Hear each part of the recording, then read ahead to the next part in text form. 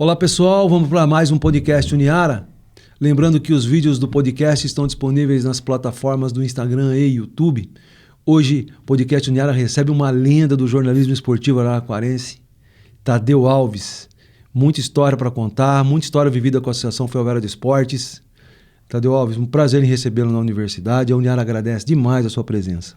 Muito obrigado, professor Alexandre Perini, pela receptividade e em seu nome de todos os outros companheiros que desde a entrada me recepcionaram tão bem aqui, né?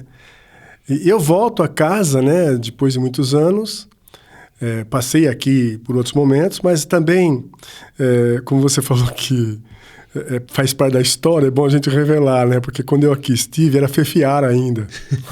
Faz um tempinho já, hein? Faz um tempinho. Então, né? Mas é sempre bom voltar aqui, né?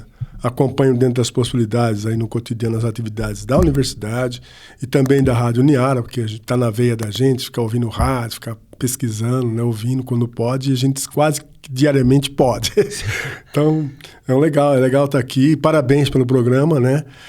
Fico feliz que vocês aqui, a equipe que você lidera, resgata, né, um pouco o futebol, né? Que resgatando um pouco é muito pelo momento que a gente vive na atualidade, porque é tudo tão instantâneo que muitas coisas que aconteceram e só acontecem hoje porque aconteceram no ano passado. Sim. Isso tem que ser respeitado sempre, em todos os momentos. E na área esportiva não é diferente, né? Porque se hoje a gente vive um futebol que pode não agradar muita gente, né? Mas é o futebol que aí está. Mas teve um passado brilhante já, futebol nesse país, que é o país de futebol, ainda o é, né? Apesar de 7-1, que a gente também não esquece, que o Brasil levou. Mas a Ferroviária, que é o mote aqui da nossa cidade, ela é muito vivida ainda. A gente não tem noção até hoje do quanto esse time representa, do quanto esse nome representa. Essa que ainda a gente não tem hoje, não tínhamos, não temos. Não sei se no futuro todos darão a veracidade dessa história que é a Ferroviária, sabe? Porque se você analisar, ainda ontem eu estava conversando com uma pessoa, ele falou assim que esteve na Argentina recentemente, ficou contente que viu uma bandeira da Ferroviária num bar em Buenos Aires. Que loucura. Ostentado lá, sabe? Aí vocês do podcast podem procurar, mas a Ferroviária tem um torcedor em Portugal que é fanático pela Ferroviária, até hoje, sabe? E outras coisas mil que vão acontecendo, que aconteceram e acontecerão. Que é um nome glorioso. Eu espero que aqueles que hoje estão à frente possam saber um pouco da história para vivenciar um futuro brilhante. Então, vamos pegar um gancho nisso, né? Você falou de história, né? Nos conte um pouco da sua trajetória no jornalismo esportivo. Como é que tudo começou? Olha, veja bem, uma vez, vocês conhecem, eu vou falar isso rapidamente, depois eu conto mais alguma coisa. Eu fui fazer minha primeira transmissão esportiva. Por quê? Que ano isso? Eu acredito que tenha sido na década de 80. Né? Porque uma vez jovem, a gente sempre no meio, aqui ainda tem a Associação dos Clubes Esportivos de Araraquara, a CEA, que hoje tem o Sérgio Martins à frente, mas foram inúmeros outros presidentes que passaram e muito fizemos. Eram outros tempos, tínhamos até uma sede de campo, etc. e tal. Não vem ao caso. Mas aí o que tinha em Araraquara? Eu estou contando minha história e vou falar um fato interessante da primeira transmissão esportiva no rádio. Aqui em Araraquara, olha só o termo, hein? Nós tínhamos corrida de pedestrianismo. Sabe o que a gente fala atletismo hoje? Com tanta ênfase? Pedestrianismo. Era. As corridas aconteciam sempre aos sábados e nos bairros da cidade. E nós, caneta e papel em punho, íamos lá e anotávamos quem ganhou, os vencedores, os primeiros colocados. Aí tinha programas, assim, as duas rádios tinham programas esportivos aqui na Araraquara, Rádio Cultura e Rádio Morada do Sol. Uhum. Aí então eu levava aqueles resultados para eles falarem. Mas aí, aos poucos, pela proximidade, eu passei a falar os noticiários do pedestrianismo, olha só. No auge de Armando Clemente, foi um grande atleta nosso, participou de São Silvestre, né? E entre outros. O Bonifácio. O Bonifácio, posterior, o José Luiz Escamila. O Escamila, grandes nomes do atletismo araraquarense. Aí, e é claro que o atletismo, só para citar também, deu para o Brasil e o mundo muitos grandes atletas. Sim. Se a gente fala do Cruz, que é medalhista, o técnico do Cruz é de Araraquara, que foi, né? certo? A gente faz as referências, né? Mas sempre fala também do nosso quintal para a gente dar valor. Com certeza. Dar valor, certo? Certeza. Bom, aí o que aconteceu? Aí eu fui me aproximando e uma vez na Rádio Morada do Sol, até então eu ia no campo, eu levava o fio para o repórter transmitir, para o repórter trabalhar. Sim. Carregava os fios, porque era com fio. Cabo Man. Cabo Man. Hoje é Cabo Man. Mas hoje a modernidade, o celular fez muita coisa mudar. Sim. Né? Bom, em síntese, num dia, um jogo contra a Francana, Campeonato Paulista, o repórter não pôde ir. Ao seu Patrício de Almeida Santos. Vocês conhecem também, esse nome é muito conhecido na cidade.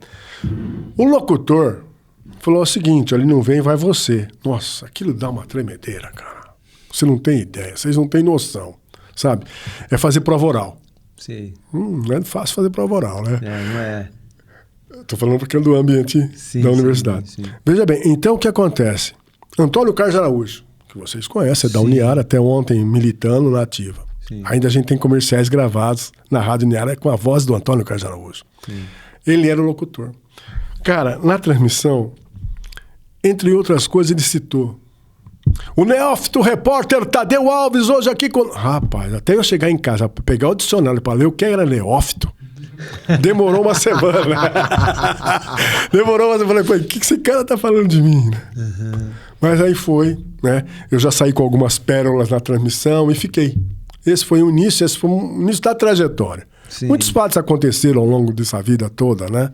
Porque a gente, uma vez repórter, sabe que dificilmente, mesmo que não esteja militando, vai parar de ser repórter, vai esquecer das laranjadas que levou no campo de futebol, né? A chuva que tomou e o sol escardente que também caiu sobre a gente na nossa pele. Então isso a gente não esquece. São muitos fatos que aconteceram, né? Sim. Eu, além de militar nas 2 emissoras locais, também estive por um período... Era a antiga Rádio Notícias de Matão, agora hoje Rádio Cidade. Passei também rapidamente por umas transmissões esportivas na Rádio Saudade, ambas de Matão. Né? Você cobria a Matonense lá? Eu cobri a Matonense durante um bom período. E a Matonense, eu fui feliz também naquele momento que lá estive, naquele período que lá estive, porque ela teve uma ascensão meteórica. E você ela estava na 4ª divisão. Você pegou aquele período? Ela 4ª divisão e foi para a principal divisão do futebol paulista. Você não tem ideia do que é isso, aquela cidade, a região toda, porque Araraquara também se envolveu naquele momento, sabe? Sim. E a gente, repórter de Araraquara, faz uma ligação muito grande. Eu vou para Matão, falou, e Araraquara? Eu vou para Araraquara, como é que tá Matão? Uhum. Né? Entendeu? E aquele lance lá daqueles 3 anos, 2000, 2001, 2002, 2003, foram fantásticos. E as histórias também acontecem assim, principalmente nessas divisões inferiores, sabe? Eu me reporto bem, só comentando, eu já falei da questão do neófito, foi o início da carreira, então já estou organizando meu raciocínio. Sim. Mas em Matão, que você fez um parêntese, teve um jogo em Monte Alto, Clube Atlético Monte Alto. A Matonense ganhou de 1-0, e para sair do estádio, cara, eu saí num camburão. Por quê? Porque a torcida não admite que o time da casa perca para um time assim da região. Entendi. Entendeu? A rivalidade é muito grande. É muito grande. Aí, eu e o motorista da nossa viatura saímos num camburão do estádio lá de Mundial. Então, também a gente não esquece. Ô Fagner, como que era o nome do presidente da Matonense, aquele famosão? O Gali. O Gali. Foi com ele. Com ele que a Matonense teve esse período assim, meteórico de ascensão. Como é que era falar com ele? Não era tão difícil, porque o Gali hoje virou um avião, né? Às vezes eu me encontrei com o Gali ano passado, ele e a dona Regina, sua esposa, que é professora. Mas dizem que ele é uma lenda, né? Não, ele é terrível, cara. Eu vou contar um fato aqui, porque o Gali falam que ele é muito rico, né? Uhum. Por causa do empresariado que ele é. Mas ele é uma pessoa de um coração também enorme. Haja visto que nós temos o Hospital de Câncer de Barretos, sim, e ele ajuda, tem o Amaral Carvalho em Jaú, ele ajuda, e vários outros empreendimentos eminentemente assim de trabalhos voltados para a população, que a gente às vezes não sabe. sabe? Mas o Gali tem uma questão também. Eu falo com ele, não estou contando aqui porque não contaria na frente dele. Se você conversar com o Gali, já falei que ele é muito rico, ele virou um avião, ponto. Mas se você conversar com o Gali durante 10 minutos, você tem 10 reais no bolso, você dá para ele.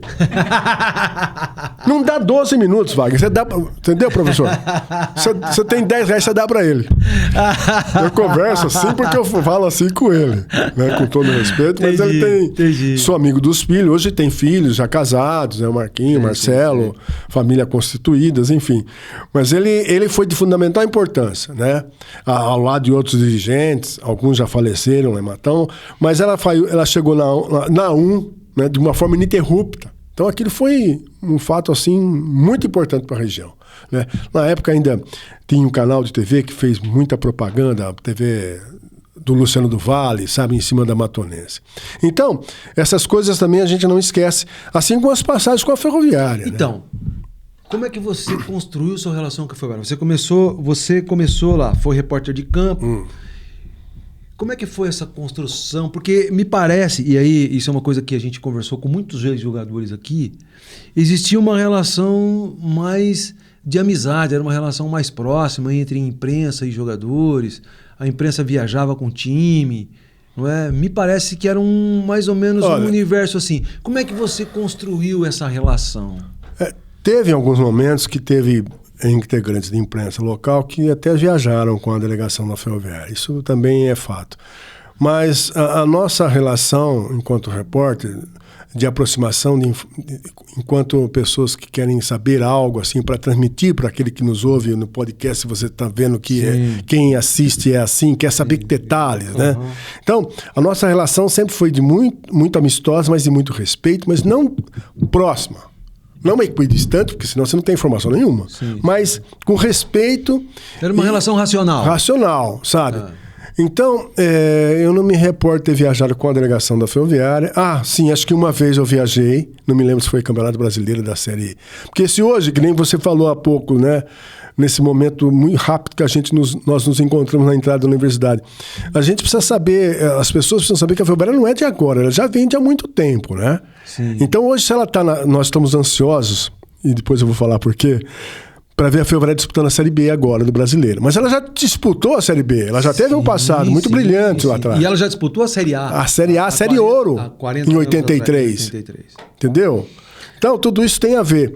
Agora, a minha relação com a ferroviária, como acontece com muitos, primeiro que uma vez hoje, próximo de 69 anos, eu sou caçula de uma família de 5 irmãos, perdi 2 já, e minha mãe criou nós 5, e eu não conheci meu pai. Eu tinha 3 meses quando ele faleceu. Ponto. Ele era ferroviário. Sim. Aí é a minha ligação, né? A partir daí. Sim. Então eu ia no estádio. Se era menino, você já ia. Já ia no estádio. Via aquela galera toda jogar lá, a Bazani. Perfeito. O grande ídolo Bazani. Não vi Dudu, vi Bazani. Não vi Dudu jogando na ferroviária. Né? Vi Bazani. Então o que acontece? Tem um detalhe, viu? Que eu vou levar comigo isso. Eu não pulei o muro da ferroviária nenhuma vez, cara. Isso era comum nos anos 80. Então, eu não pulei nenhuma vez. Isso eu vou levar comigo. Que bronca minha de não ter pulado o muro, porque era muito salutar também. Era clichêzão. Justamente. Né? Clichêzão dos anos 80. E no muro da ferroviária que circundava o estádio da Fonte Luminosa, hoje Arena da Fonte, né? Sim. Tinha uns buracos. Sim. Então a gente olhava assim nos buracos para ver, porque a diretoria mantinha uns guardas com os cacetetes. Eu sei. Sabe? Para ficar observando para ninguém pular o muro. Então a gente olhava no buraco. Se ele não tivesse, a gente pulava o muro. Eu não pulei o muro, infelizmente. Gostaria de ter também essa mácula. Mas enfim, eu quero dizer o seguinte. Então eu ia para o estádio ver. Às vezes no bairro que eu morei durante muitos anos, Vila Xavier, tinha caminhões que levavam a torcida. Ia mais gente no estádio. Ia muito mais gente no estádio. Né? Isso que eu ia te falar. Ia muito mais gente, era muito mais vibrante. Aí o que acontece? Você falou do Bazani. Eu vou citar uma outra coisa. Por que eu falei da Série B que está para acontecer esse ano? Vai ter Botaferro na Série B. Minha grande paixão é Botaferro, cara. Minha grande paixão é Botaferro. Eu gosto demais desse clássico, tanto aqui como lá em Ribeirão Preto. Né? Isso faz parte da minha história. Porque eu vi Sócrates e Lorica, eu vi Bebeto e Bazani. Poderia citar outros meio-campos aqui da época áurea do futebol. Ponte Preta, Vanderlei de Cá e Marco Aurélio. Cara, um timaço, hein? No Santander tinha Gerson Andriota e Rota. Rota, eu lembro disso. Então, era muita coisa, né? Então, a gente foi ficando... E aí veio aquela minha participação enquanto... Como que a gente falava, rapaz? Quando eu fui lá pra Ceia, Foquinha, né? Sim. Jornalista quando começa... Foquinha. Tá. Aí foi isso, eu me aproximei. E aí a Ferroviária virou uma paixão, né? Ainda quero até agradecer aqui o Marcão, um dos membros fanáticos da torcida Afeganistão. Ontem eu fui agraciado com uma camisa do Afeganistão. Ah, que bacana. Sabe? Isso aí não tem preço, né? Hoje eu ganhei uma... Também vou levar com muito carinho, não é verdade? Sim, claro. Então, essa foi minha relação inicial. A partir daí, uma vez como repórter, o rádio era mais vibrante, eu acho também. Por quê? A gente tinha que, no cotidiano, estar presente, querer saber notícia. Porque o rádio de Araraquara é muito importante, sabe? De convir comigo. Temos expoentes, assim, de grande valor no passado. E a gente não pode esquecer isso. Eu citei aqui o nome do Antônio Carlos, eu citei do Wilson Luiz, falei do José Roberto Fernandes, né? Com quem eu conversei. Mas eu poderia elencar aqui vários outros homens do rádio de Araraquara. E do rádio esportivo araraquarense. Sim. Perfeito? Sim. Então, o que acontece? Isso tudo, uma vez respeitando todos eles, a gente ia para campo querendo saber mais ainda próximo de acontecer a partida. Porque você se prepara muito para um jogo de futebol, mas muito mesmo. A hora que o juiz apita, acabou. Aí dali para frente, meu amigo, o que acontecer, aconteceu. Pode chover muito, pode não chover, pode o juiz... tem algumas passagens legais de arbitragem também, né? De parar o jogo... Mas até então você se prepara. E o que acontecia em Araraquara? Às vezes, a gente tinha na nossa emissora 3 repórteres. E a outra só tinha 1. Aí, para confrontar, pra você ter uma ideia, sabe o que o locutor da outra falava? O repórter dele era o 3 em 1. Nós 3 valia 1. Rapaz, aí você ficava louco. Você pegava caderno, você anotava, sabia o jogador onde que ele ia, onde que ele passava, por onde ele caminhava, se ele treinava, se não treinava. Sabe? E eram outros tipos de treinamento. Você tinha que estar de olho. Porque, por exemplo, faz um ano... Você ia aos treinos? Sim, nós íamos aos treinos. Por isso que eu falo pra você que a coisa mudou. Sabe, vocês do podcast, é fácil pegar o celular, mas dá trabalho fazer um programa como esse. Né? Precisa contatar, precisa ir atrás. Você entendeu? Então, mas quem está assistindo, tem esse prazer de ver esse podcast que você está liderando, né? Tá só ali no celular. Tá perfeito? Tá no computador. Legal. Sim. Mas vocês não sabem os bastidores disso tudo. Então, o que acontece? Aí, eu estava dizendo o seguinte, de treinamentos e hoje como acontece. Naquela época, tudo era importante, né? Faleceu já faz um ano o Vanderlei Vicente Fassolar, o Turquinho, professor de educação física, passou pela Ferroviária. Aí, o que acontece? Rapaz, o Estádio da Fonte tinha umas hoje é Arena. O Estádio da Fonte tinha umas arquibancadas de madeira. Sim. Mas aí a Ferroviária construiu o primeiro lance de arquibancada. Do ferrão, que a gente falava aqui. Sim, ferrão. Cara, os jogadores subiam com sacos pesados na mão, aquela escadaria toda. Era o treinamento da época. Pra fortalecer as pernas. Tem gente que reclama até hoje. Eu encontrei com o Kaique outro dia, fui lateral direito da Ferroviária, e falou, puta, que o Turquinho fez com a gente não se faz. Olha só. Entendeu? Então a gente tinha que... Mas era a época. Era a época. Hoje mudou tudo. Hoje você peça... Tem um professor que passou pela Ferroviária, vocês devem conhecer, o Cássio Mascarenhas. Sim, veio aqui, já falamos com ele. Ele tem toda uma metodologia diferenciada, né? Sim, diferente hoje, sabe? Mas o que é diferente a ponto que eu fico assim ainda... Outro dia o locutor José Roberto falou assim, se você tivesse hoje, você ia morrer. Hoje, acaba o jogo de futebol na Arena da Fonte Luminosa, passados 20 minutos, eles indicam quem vai dar entrevista. Sim. O técnico normalmente dá entrevista. Mas já passou, já tomou um banho. Então, no afã da coisa, que a gente, como repórter, apesar de puxar o fio, a gente entrava no campo. Sim, e entrevistava o cara lá dentro do vestiário. Muitas Justamente. vezes o cara sem camisa. Justamente. Né? O cara tá sem camisa lá, muitas vezes o cara tomando banho, o cara tá lá falando. Então, isso cara. aconteceu muito. Isso era e nesse clichê, inteirinho, era época. E nesse inteirinho, você o conhece, porque passou também pelo podcast da Uniara. Pra você ter uma ideia, Sérgio Bergantin. Sim. Professor Sérgio Bergantin, era goleiro da Ferroviária. Eu sei. Vocês que entrevistaram o Tino, o primeiro goleiro da Ferroviária, o Sérgio Bergantin foi um dos maiores goleiros da Ferroviária. Se não me engano, um dos que mais atuou com a camisa da Ferroviária. Sim. Tem mais de 300 jogos defendendo a Ferroviária. Sim. Sérgio Bergantin, Bauru, Campeonato Paulista, Noroeste e Ferroviária. Primeiro tempo, a coisa pegada. A coisa era pegada. Sim. Sabe? Sim. Aí eu tô só observando. Noroeste 1-0. E o jogador do Ferroviária reclamando, coisa e tal. Eis que se não quando acaba o primeiro tempo. Eu vou em cima do Sérgio Bergantin, goleiro da Ferroviária. Ô, Sérgio, o jogo, nervoso, assim, em termos, né? Falei, mas vocês estão reclamando do árbitro? E o árbitro? O árbitro tá lesando a gente. Aí eu disse assim, porque era o seu Nilson Cardoso Bilha, o árbitro. Mas um senhor de cabelos brancos, Sérgio Bergantin. Os canalhas também envelhecem. Não esqueço isso. E quando a gente se encontra, a gente lembra isso. Os canalhas também envelhecem. Os canalhas também envelhecem, sempre. Então, essa é uma frase clássica. Então, mas isso faz muito tempo, eu não esqueço. Os acessos da Ferroviária. Os descensos também. Eu vi a Ferroviária na arquibancada, porque ela... Gente, Wagner, era maravilhoso. Sabe, hoje eles nem sei se chamam de boca do lixo. Boca do lixo. O pessoal estendia lá aquela faixa enorme, né? O pessoal ficava ali chupando laranjinha. O Petita, né? O Petita, né? Bravo pra caramba, jogava laranja em todo mundo. Eu vi Liseu brigando muito ali. O Tu brigando muito ali, né? Mas a boca do lixo era sensacional. Então eu vi, enquanto torcedor, menino, né? Um pouco mais jovem, a Ferroviária desceu em 65, caiu em 1965. E algo que eu não esqueço, assim, eu estava no Alambrado, um torcedor pegou a carteirinha, tinha carteirinha, a Ferroviária de umas carteirinhas. Sim, tinha uma carteirinha, eu lembro, bonita, umas carteirinhas bonitas. Rasgou e jogou no Bazani, cara. Puxa, aquilo me doeu tanto. Falei, pô, isso não se faz. Mas, enfim, caiu. O time caiu. Era uma decepção. Um descenso.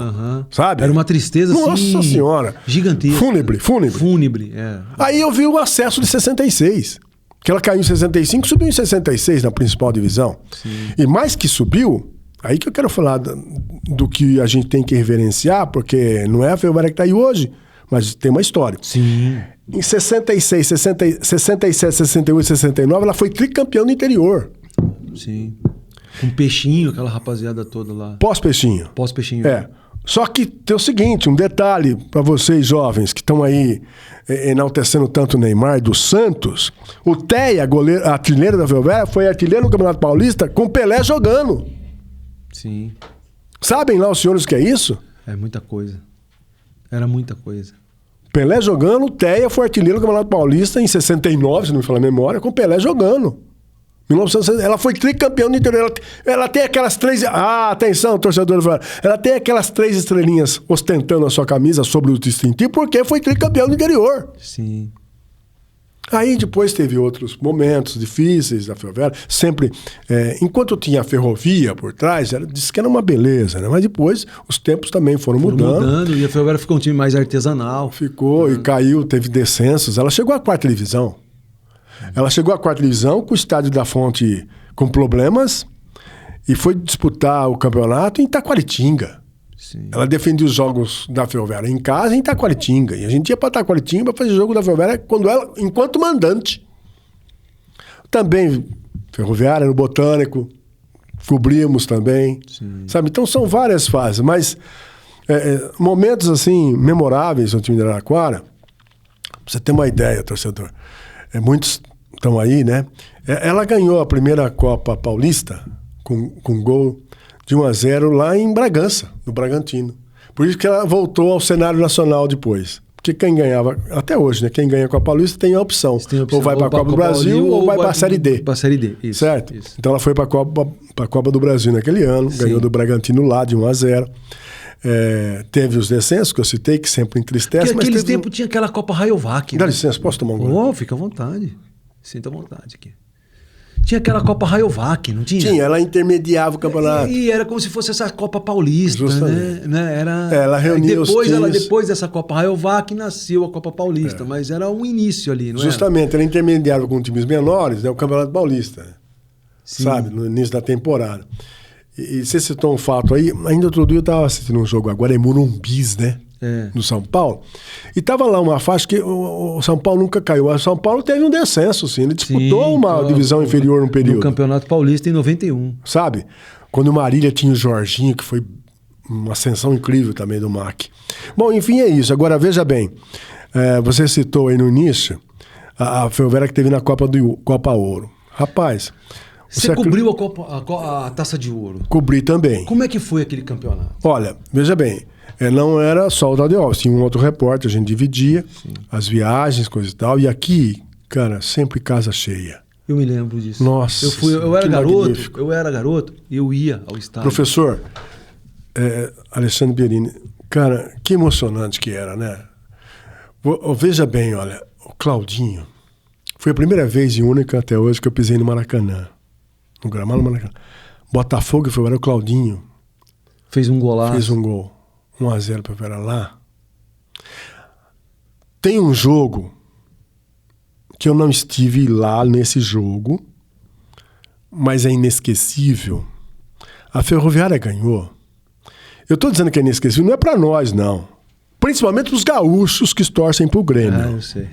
Aquele 3-1 lá. Porque eu tô dizendo isso porque eu conversei recentemente, eles têm um restaurante, eu não vou fazer média aqui, nem merchan. Os gaúchos. Mas são amigos nossos, né? Do Alto Uruguai, pronto, falei. Que eles falam até hoje, cara.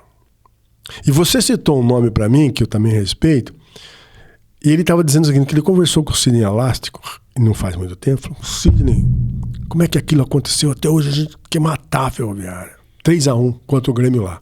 Eu fui lá, eu vi... O Grêmio tinha aquele timaço. Tinha um timaço. Renato Gaúcho.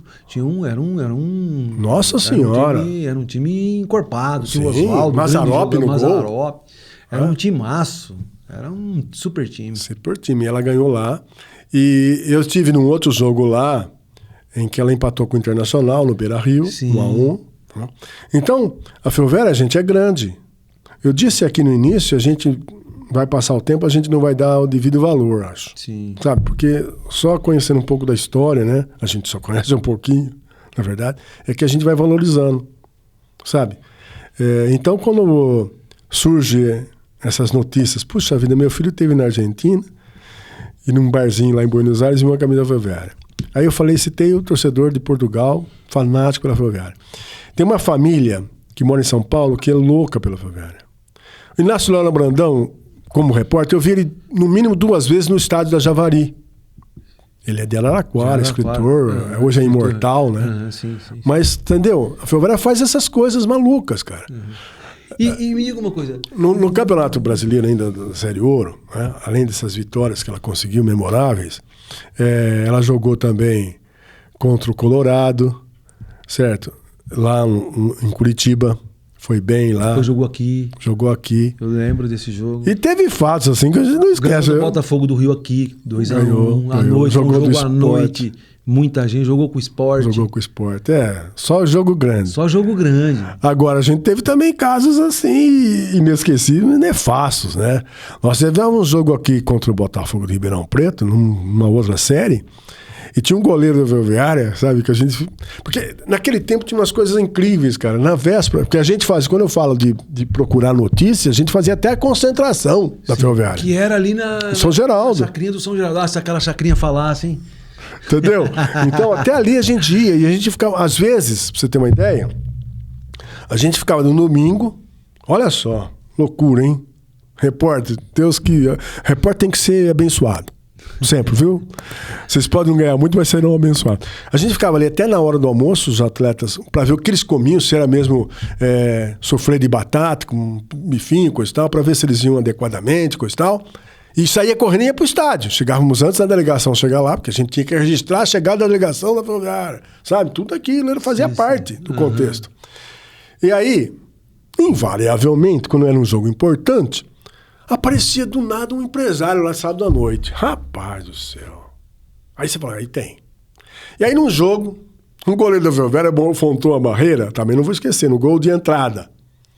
Ele montou a barreira... Quem era o goleiro? Não precisa citar. Tá. Deus que o tenha. Ele fez a barreira, a bola veio nele, ele fez assim. 1-0 pro Botafogo, cara. Você não sabe o que é isso. Você não tem noção. Você fala, puta... Justo contra o Botafogo, sabe? Então tem coisas assim que você também não esquece. O Asa de Arapiraca veio jogar aqui uma vez também, sabe? Sim. Nossa, coisa do Arco da Véia. sabe? Então, o que você sabe, você fala. Dentro das possibilidades, você, com muita educação, você diz. Né? Eu tive uma passagem também com um goleiro, depois ele virou técnico, rapaz, no vestiário, você falou que a gente falava de tudo e via de tudo. Aí, pá, eu falei assim, então, mas goleiro é louco ou é viado, né? Ele falou, louco eu não sou. Eu falei, sabe, no afã da pergunta, da resposta, eu falei, louco eu não sou. Ele quis brigar com louco eu não sou. Pô, ele não entendeu a pergunta. Não entendeu a pergunta. Mas, enfim, são coisas de bastidores, né, que eu quero só mencionar aqui, levando essa... Primeiro, eu já agradeci, quero agradecer sempre, vou ser grato por aqui estar. Mas para dizer que o esporte, né, precisa de uma... não digo mudança radical, porque aí não volta, né, na estaca zero. Mas, pra gente também, eu citei alguns nomes aqui, numa pedestrianismo, mas no próprio futebol amador da cidade, sabe? Precisa valorizar mais, não tem mais aqueles campinhos. Então, mas aí assim, a gente fala que hoje, por exemplo, vão poucas pessoas assistir os jogos da Ferroviária, né?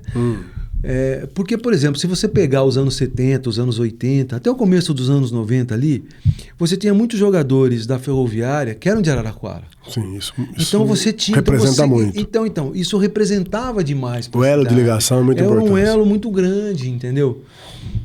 Hoje me parece que se perdeu isso. Né? Então a população, me parece que o time foi para um lado e a população foi para um outro. Existe um descolamento aí das coisas, né? Você também vê assim? Você acha que hoje a Ferroviária está isolada da população como um todo? Veja bem, a Associação Ferroviária de Esportes, ela existe ainda. Só que a Ferroviária S.A. está aí. Sim. Hoje é uma empresa, né? É um SAF. Né? Uma SAF. Não é isso? É aí que eu entendo que houve essa... Não sei se teórica, mas é claro, notório, uma separação, né? Mas ainda existem os fanáticos. Eu acho que pode retomar isso. A Ferroviária tentou por diversas vezes, mesmo nos áureos tempos, fazer algo assim para aproximar ainda mais. O que fazíamos? A imprensa cobria e dando divulgação ajuda muito. A Ferroviária distribuía nas escolas uns bônus para as crianças irem ao estádio. Consequentemente, o pai ia ter que... levava. Uhum. Então isso era um elo de ligação. Sim. Inteligente, medido. Naquela época, salutar.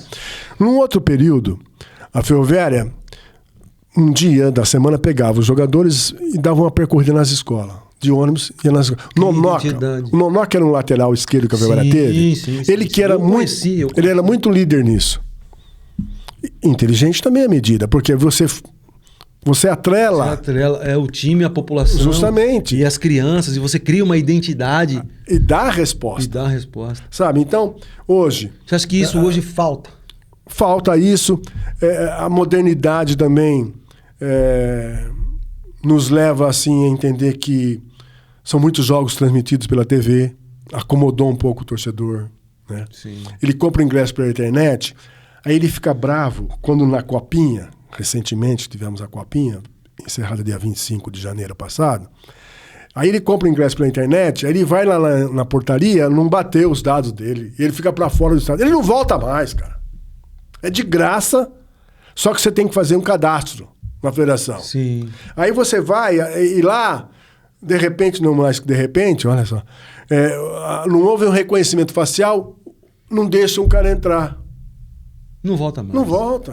Você tem que facilitar a ida do torcedor. Você vai de guarda-chuva, você não entra. Então, você leva uma bandeira, você não entra. Entendeu? Você vai com uma camiseta meio que de uma cor estranha, os caras já não deixam você entrar. Porque não tem coisa melhor que o futebol, é de ter a torcida no estádio. Com certeza. Por isso que eu citei o clássico Botafogo, porque muita gente vinha de Ribeirão para ver jogos do Botafogo aqui, muita gente ia daqui para ver os jogos da Ferroviária lá. Sim. Às vezes também... Não na mesma proporção, mas tínhamos o Come Ferro. Sim, Comercial e Ferroviária. Entendeu? São clássicos que eu jamais vou esquecer. Por quê? Tem uma discussão, e isso vai perdurar. Quem marcava melhor o Pelé? O Peter do Comercial ou o Rossi do Botafogo? Ou o Rossi? Ou o Rodrigues da Ferroviária? Quem era o melhor marcador de Pelé? Pelé, segundo consta. Hoje eu estava vendo a inteligência artificial trazendo a voz de Pelé, enaltecendo a volta do Neymar. Né? Mas o Pelé, segundo consta, teria dito que o Rodrigues era o melhor marcador dele. Sim. Porque o Rodrigues era elegante, sabe? Sim, o Peter já era tranquilão. O Peter levava cada enxadada uma minhoca. Entendeu? Mas essas coisas a gente não esquece. Por exemplo, Eu, sinceramente, hoje não saberia dizer, né? Citaria alguns, mas não vou correr esse risco. Mas eu cito Machado, Belo Homem, Fernando Rossi, Folgueira, Bebeto Bazani, Passarinho, Maritaca, até Inei, Itaipiu, cara.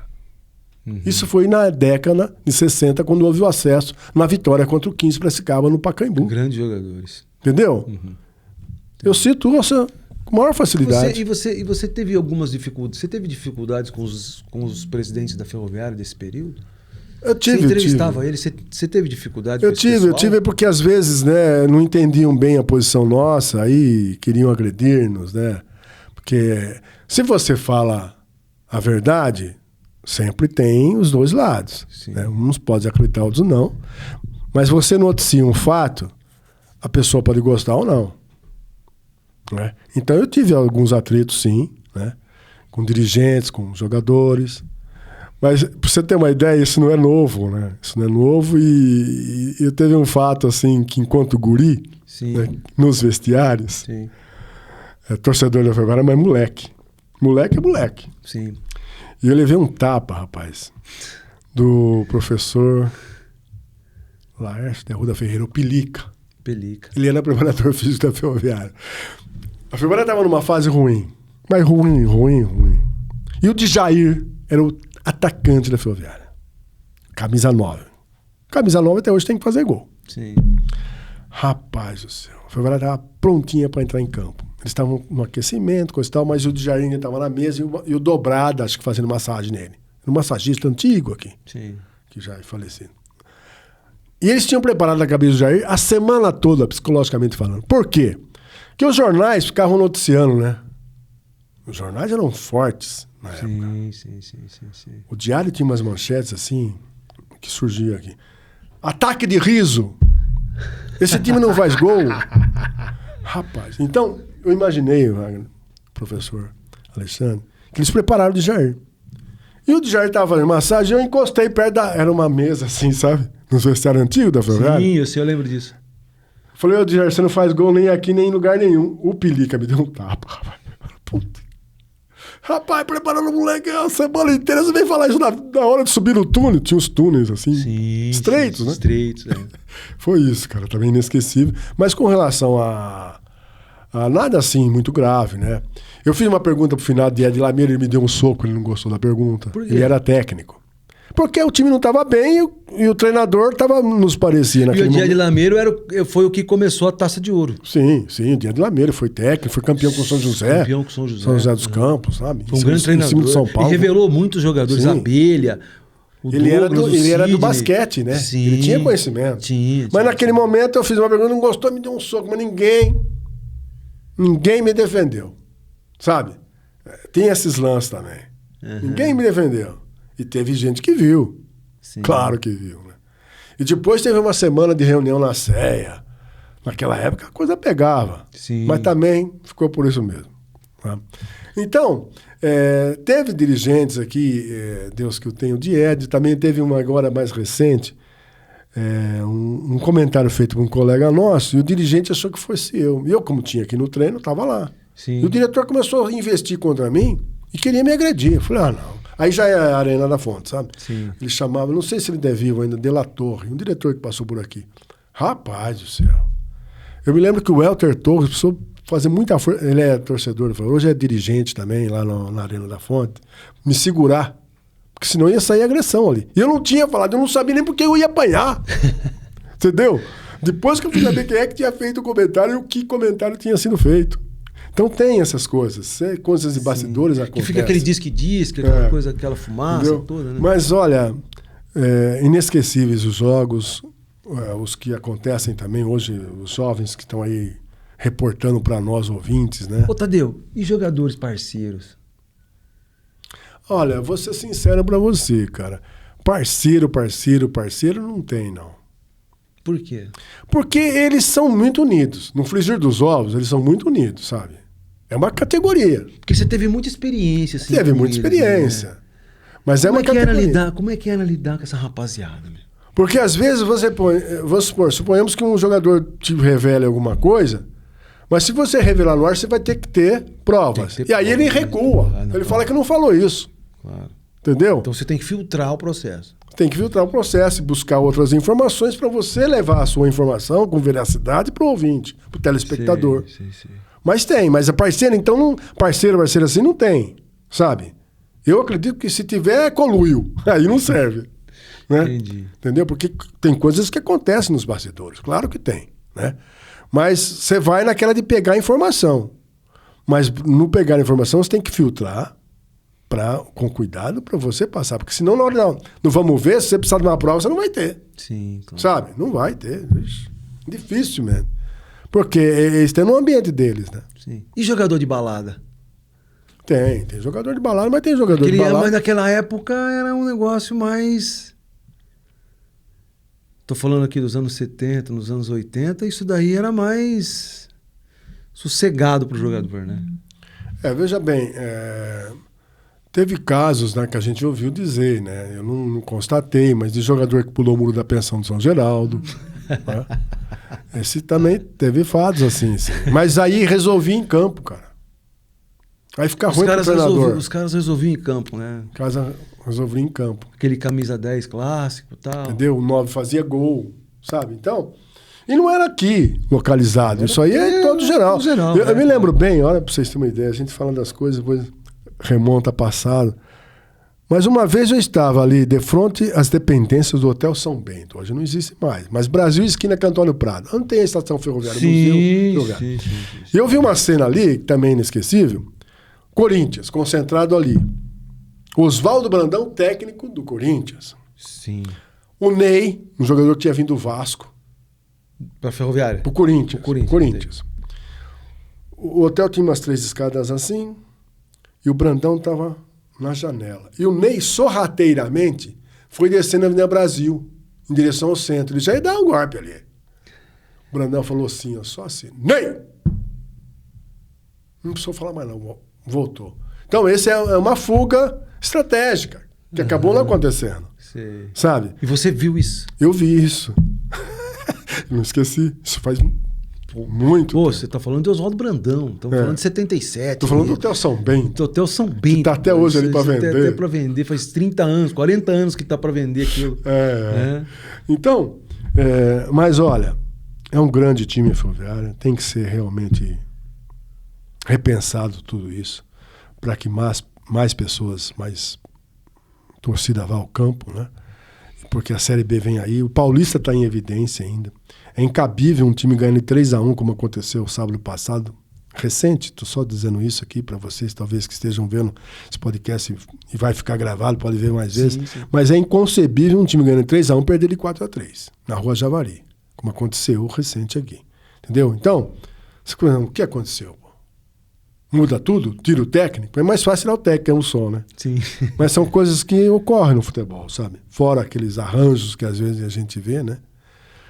Ouve dizer, né? Sim. Então, o futebol é maravilhoso, merece ser revisto. Eu citei aqui no início dessa entrevista o 7-1, que a gente não vai esquecer jamais. Teve momentos gloriosos no futebol brasileiro. Mas o que acontece hoje na mídia, a gente não tem noção. Eu vejo todo dia, que eu também acho que a mídia eletrônica bem usada é de grande valia, mas todo dia falam que o Dorival Júnior vai cair. Cara, o homem está assumindo ainda, em termos, né? Sim. Está disputando uma classificação, mas todo dia tem notícia que o técnico Dorival Júnior vai cair. Aí eu conversei com o Júnior hoje, a gente fala, o João Henrique é irmão do... O João Henrique, sim. O João Gralha e o Dorival Júnior Pica-Pau, né, por exemplo. Mas eu conversei com o João Henrique, agora é secretário municipal de esportes. Sim. Falei, João, eu tenho orado muito pelo Dorival Júnior, torcido mais ainda para a seleção brasileira. Ele falou assim, pode orar bastante, porque não é fácil. Eu imagino. Entendeu? Então ele tem ligação com o irmão, deve saber dos bastidores que acontecem na CBF. Sim, com certeza. Estamos falando da entidade máxima. Agora, imagine a Federação Brasileira de Futebol, com 4 divisões, N número de clubes, né? Ali a coisa fervia também. Teve uma disputa, olha só. Teve uma disputa para a eleição de presidente da Federação Paulista de Futebol. Nós, do rádio do interior, ia cobrir a eleição na Federação Paulista de Futebol. Olha o rádio, cara. E hoje nem pode mais, né? Olha o rádio. Áureos tempos. E hoje nem fazem mais, né? Aí, O Forcella disputou, junto com o Nabi Abichedi, junto com, sabe, nomes pesados da federação, disputando a eleição. O interior teve um grande momento, eu não estou me reportando o nome dele, mas ele era presidente do Juventus, foi presidente da Federação Paulista de Futebol. E o Wellington Pinto daqui, Sim. que está vivo ainda? Não, faleceu. Dr. José Wellington Pinto? Faleceu? Mês passado. Começo do mês passado. Deus que eu tenha. Ele era diretor da federação. Sim. Alfredo Letidieri, presidente do São Bento Sorocaba, foi presidente da Federação Paulista de Futebol. Do Juventus. Clube Atlético Juventus. Então, o futebol no interior já teve mais valor. Porque hoje a federação faz o que quer, né? Sim. Ela muda jogo para as 18h30. Sabe lá que é jogar segunda-feira às 18h30? Aí você pede para o público no estádio? Não tem jeito. Não tem ainda melhor horário que domingo às 16 horas. 4h é o que há. Mas são poucos os jogos. Aí quando começa o brasileiro, eles transmitem jogos às 4h. Não vai ninguém no campo no interior. Fica vendo o jogo do time grande na televisão. É mais cômodo. Então tem tudo isso para ser revisto. Agora, o futebol ficou milionário, né? Ficou milionário, sabe? Hoje qualquer jogador que faz uma grande jogada já é um ídolo. Sim. E o papel do repórter mudou muito, né, Tadeu? Mudou muito. Ele está tolhido, e hoje, eu acho. Então. E aí, naquela época, me parece que existia mais liberdade para trabalhar, para você fazer o processo, você corria aqui, corria ali. Hoje me parece que você está cerceado. É esse jogador que vai dar entrevista, é aquele cara lá que vai falar, os outros não falam. Você não pode mais ir a treino, ver os treinos dos times de futebol. Pode 10 minutos só, mas enquanto eles estão se aquecendo. Então você não consegue... Aí serve também só para o cinegrafista, né? Sim, exatamente. Então mudou muito a profissão, né? Sim. Isso também é pesado. Eu estava lendo um artigo no Jornal Estadão, há uma semana, sobre essa questão da imprensa. Se a imprensa não mudar, acaba a democracia, cara. Porque a imprensa está só vendendo propaganda. Ela só está pondo matéria paga, aparece nos jornais. Então tem que rever isso.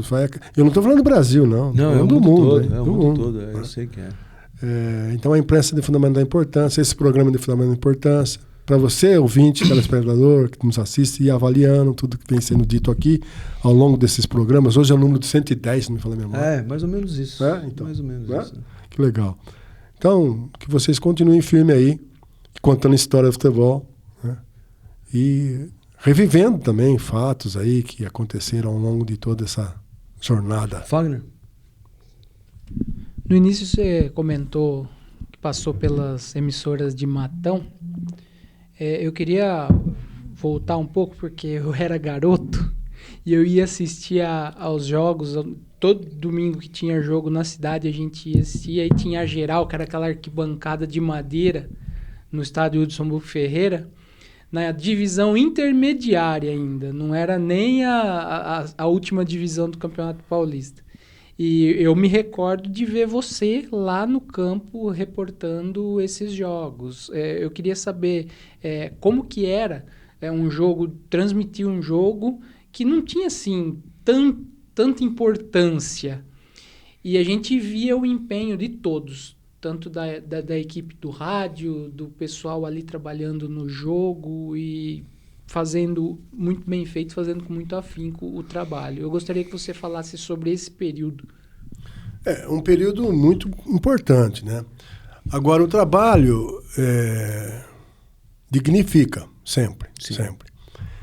Então, o jogo poderia não ter tanto atrativo, né? Mas os poucos torcedores que iam lá e os muitos que estavam ouvindo tinham que ter uma noção plausível do que estava se passando. Claro. O locutor, tem bons locutores, né? Sim. Porque o locutor, que nem eu falei, você pode preparar tudo, mas na hora que a bola rola, ele tem que ser de uma criatividade importantíssima. Sim. Porque às vezes uma jogada ruim, ele transforma num bom ataque do time adversário ou do time da casa. Sim. E o repórter não pode diferenciar disso. Ele tem que ir no mesmo diapasão. Se a bola saiu longe, saiu muito longe. Agora, se ela saiu perto, ela raspou a trave. Quase, se é à noite, a coruja assustou. Porque ela estava no travessão. Então, é um trabalho assim, que você tem que se preparar muito. Eu espero que os futuros jornalistas, e aqui nós temos pessoas trabalhando nesse sentido, né? Para criar novos valores, neófitos, possam estar também com esse diapasão, nessa mesma direção. Então, naquele tempo, né, era mais emotivo, eu acho. Sabe? Wilson Tinha mais Luiz. emoção. Wilson Luiz. Trabalhei muito com o Wilson Luiz também, um bom período. Gente boa, não porque faleceu recentemente. Eu também passei pela política e fui presidente da Câmara um período. Aí o Wilson Luiz dizia que ele era o único locutor que tinha um presidente da Câmara trabalhando de repórter. Mas teve uma ocasião, acho que nós tínhamos 2 equipes naquela época. E aí o Zé Roberto foi para São Paulo, transmitiu um clássico e nós fomos cobrir a Ferroviária. No Campo Nacional, sei lá, ou em Barueri, coisa do tipo. Eu sei que na volta, o Wilson Luiz dirigindo, um fato que também esse é cômico, né? Eu falei, Wilson, não era por aqui, nós não viemos por aqui. Ele falou, não, vamos fazer o seguinte, vamos seguir aquele ônibus da Cometa. Rapaz, a gente tava indo pro Rio de Janeiro. Aí que percebeu. Então, só citando isso. Mas os jogos eram emocionantes e a gente fazia um trabalho assim, com peculiaridades, mas também de muita emoção, viu?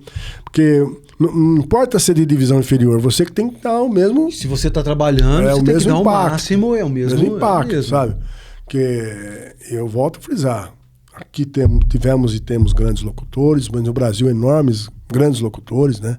Poderia elencar aqui vários deles, sabe? Uns de mais emoção.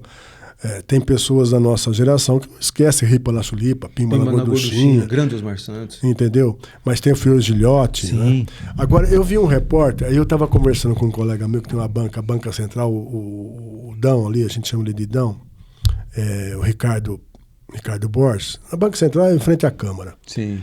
Eu falei, olha só, eu estava vendo um repórter na TV local, regional, e ele citou uma frase que me reportou a um locutor que era de Araraquara e foi para a Rádio Bandeirantes São Paulo, que ele que falava, né? O que vale é bola na rede. Sim. E o que vale é bola na rede. Sim. Dizia assim Enio Rodrigues Caraça. Aí eu falei que o repórter não fez essa menção. Ele falou, Tadeu, mas o cara está num outro canal, está num outro momento, não vai fazer menção de um outro que trabalhou numa outra emissora. Eu falei, lamentável. Sim, porque não é dele, né? Entendeu? Porque não é dele. Não existe honestidade. Essa camisa do Marcão que ganhei do Afeganistão, eu quero mais uma vez agradecer da podcast, aqui da Uniara, eu passo por ele, sabe que ele grita comigo? Na rua São Bento, ele trabalha na prefeitura, ele falou assim, tá na rede, deixa a rede balançar. Foi uma dos ícones que eu criei quando lançado como repórter. Ele grita isso até hoje na rua pra mim. Pegou, né? Pegou. Entendeu?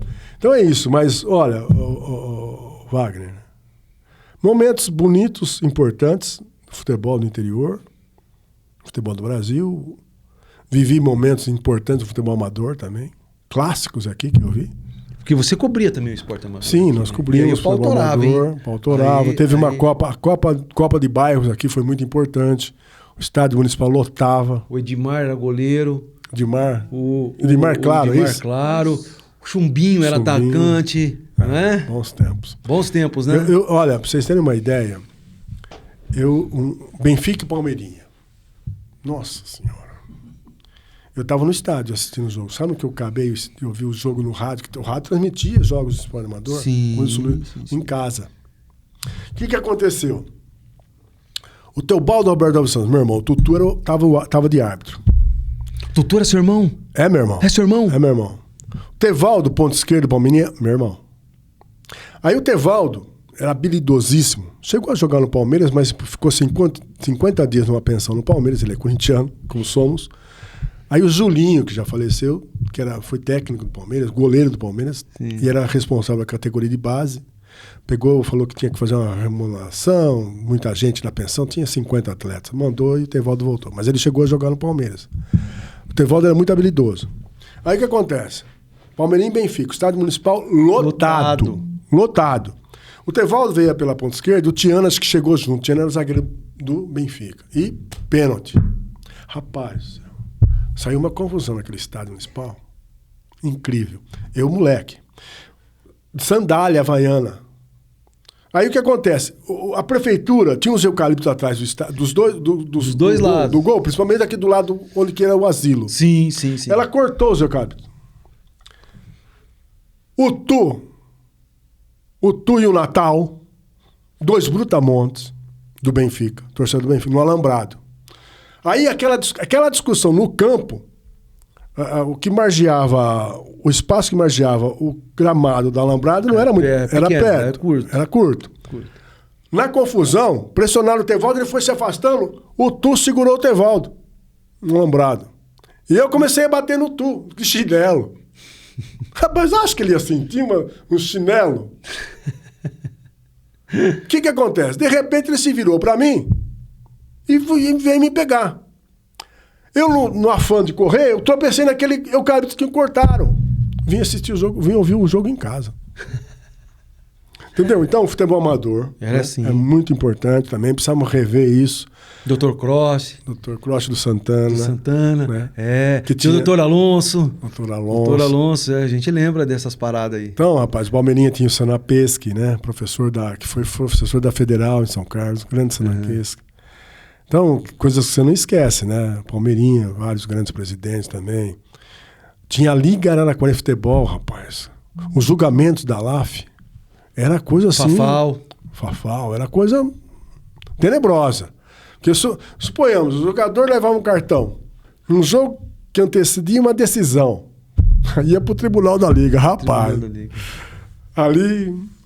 Olha, eu já vi, pra vocês terem uma ideia desses áureos tempos, eu vi uma decisão Benfica e Palmeirinha, Palmeirinha se concentrando no Hotel Central aqui na cidade. Concentrar. Por quê?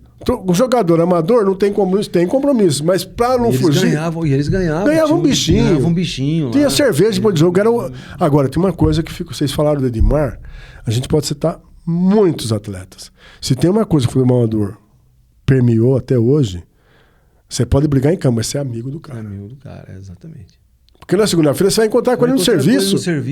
Entendeu? Exatamente. Então isso aí isso é importante nesse sentido. Eu citei a Copa de Bairros também, o Estádio Municipal sempre lotado, várias edições que aconteceram aqui na Araraquara. Então eu acho que o futebol amador pode voltar. E se voltar... porque também, né, Tadeu, era uma base para Ferroviária. Isso que eu ia dizer. Né? Você pegava os jogadores assim que aqui... hoje não tem jogador. Então, mas o futebol amador funcionava para fazer depois a Ferroviária jogar.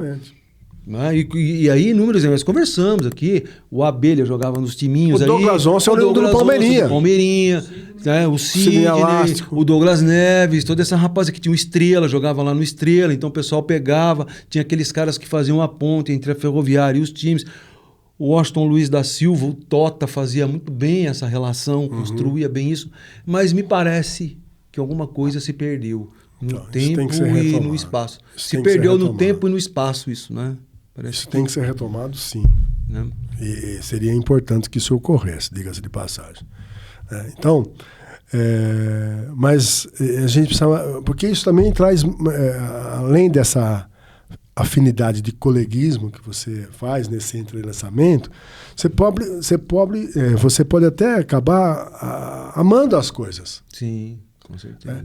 Eu me lembro muito bem, hoje não existe mais, a administração mudou e também a direção do Palmeirinha mudou na época, mas o estádio Rubens Cruz que tinha na Vila Xavier... Sim, lá embaixo, que foi vendido agora, né? Então, por isso que eu estou dizendo. Que tinha aqueles pinheiros bonitos, um estádio foi construído por nós do Palmeirinha. Sabe? Porque, veja bem, a grama plantada foi plantada por nós. Eu me lembro muito bem, embora jovem, a prefeitura ajudou de que forma? Ela pegou a terra que saiu de lá, porque ele ficou assim, né, num declive, né? Sim. A arquibancada foi feita no morro, que sobrou.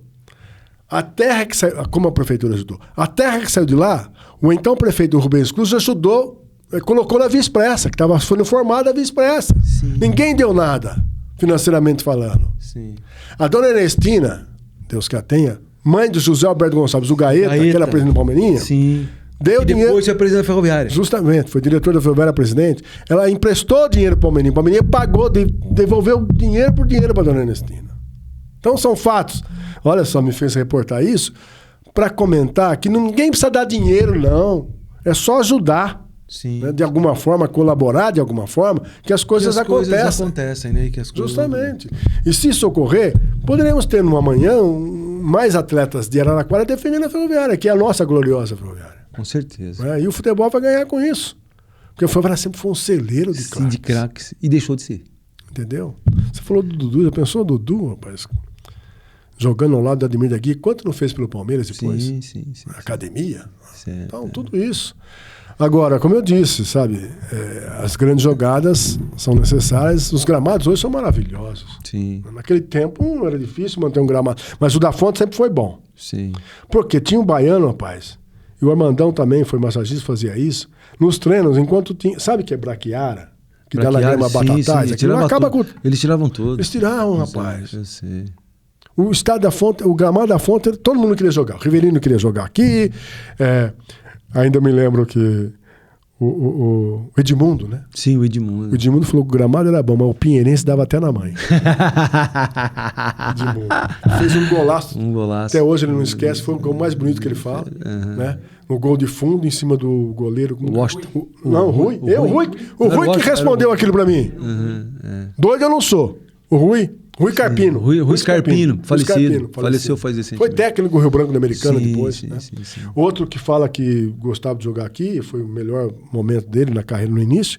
Hoje é comentarista da Globo. Como chama aquele moço? Caio Ribeiro. É isso? Também jogava, gostava. Foi aqui que ele começou a brilhar no futebol. Tadeu, muito obrigado pela sua presença.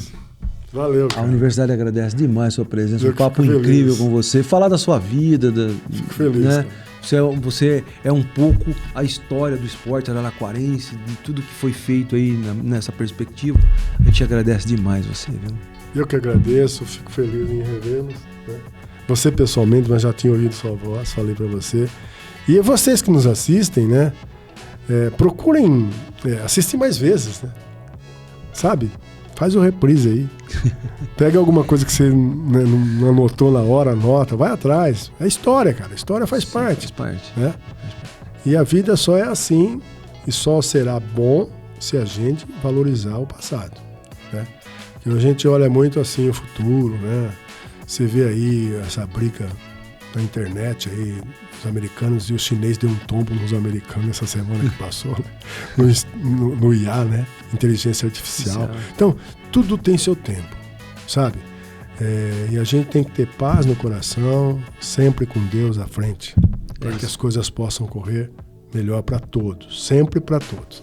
Que assim todos nós seremos beneficiados. Com certeza. Um abraço para você. Obrigado pela camisa. E vamos.